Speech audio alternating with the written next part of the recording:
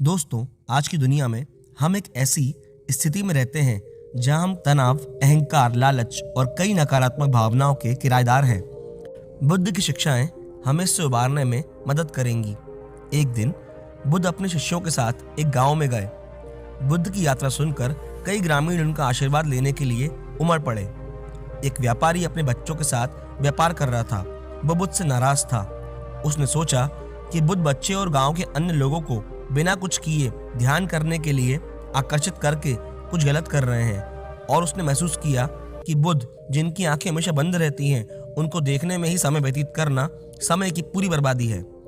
इसकी बजाय उसके बच्चे को अधिक पैसा बनाने के लिए और व्यवसाय में मदद करने के लिए उत्तेजित करना चाहिए। उसने कहा, आज मैं इनको सबक सिखाऊंगा। वो क्रोधित होकर बुद्ध की ओर बढ़ा। जैसे ही वह बुद्ध के पास पहुंचा, उसे कुछ फर्क महसूस हुआ, जैसे कि कोई पॉजिटिव यानी सकारात्मक छवि का भंडार लिए बैठा है। लेकिन उसके अंदर का गुस्सा कम नहीं हुआ। वो थोड़े चकित से थे और अपनी भावनाओं को शब्दों में व्यक्त करने में सक्षम भी नहीं थे। वो बुद्ध के पास जाकर उनके चेहरे पे एक जोरदार थप्पड़ मार देता है। बुद्ध बदले में उसे देखकर मुस्कुराते हैं। ये देखकर बुद्ध के शिष्य, ग्रामीण और व्यापारी भड़क जाते हैं, लेकिन बुद्ध की उपस्थिति में उन्होंने अपनी भावनाओं को नियंत्रित किया और चुप रहे।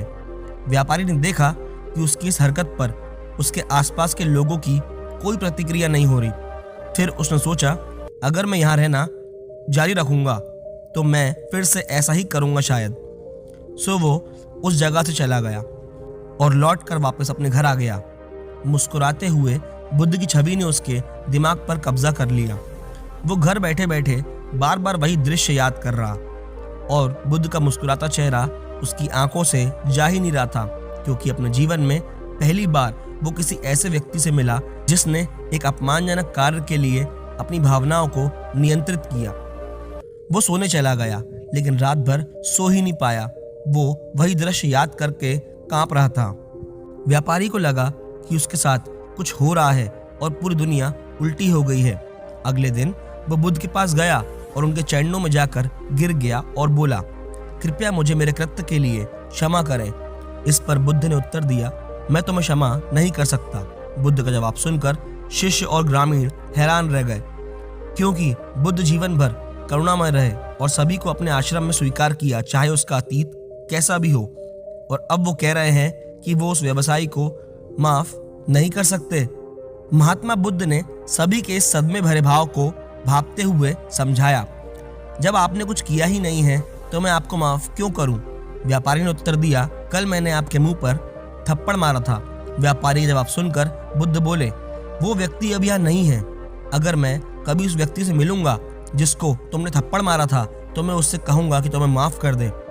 अब यहाँ इस क्षण में जो व्यक्ति है, उसके लिए आप गौरवशाली हैं और आपने कुछ भी गलत नहीं किया है। दोस्तों, इस कहानी के माध्यम से बुद्ध ने हमें सिखाया है कि जीवन में सच्ची क्षमा केवल ये कहने से नहीं है कि मैं तुम्हें क्षमा करता हूँ। जब हम किसी व्यक्ति को क्षमा करते हैं तो उस व्यक्ति को कभी पता ही नहीं चलना चाहिए।